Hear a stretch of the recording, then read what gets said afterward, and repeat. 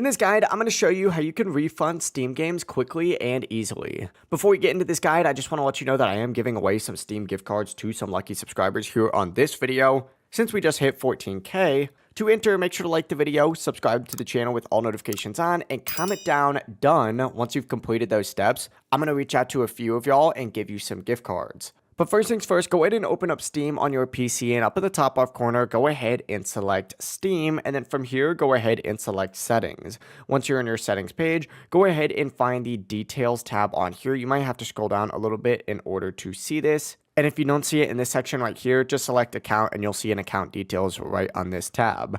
Now, once you are on this page right here, what you're going to want to go ahead and do is select view purchase history, just like so. And it's going to redirect you to a page that looks like this. This is going to be all of your purchases right on here. Now, before you do continue, because this is where you'd want to select on pretty much any game, for example, Call of Duty Black Ops 7, right? Keep in mind that you're going to want to make sure that you played the game at less than 2 hours or you purchased it within the last 14 days. If you do meet those requirements, go ahead and just select I would like a refund, and then select I'd like to request a refund, and Steam will ask you for a reason. You could choose something like it's just not fun, or your issue isn't listed, or it did not meet your expectations. And once you have selected your reason, just hit submit request down at the very bottom, and that is it. Your refund request will have been sent. Steam usually will end up reviewing these within a few hours, and refunds are typically processed within the next couple of days.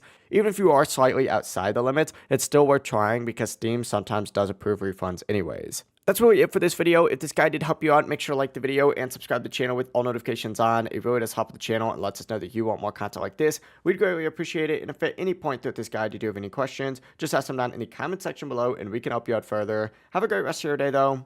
Peace.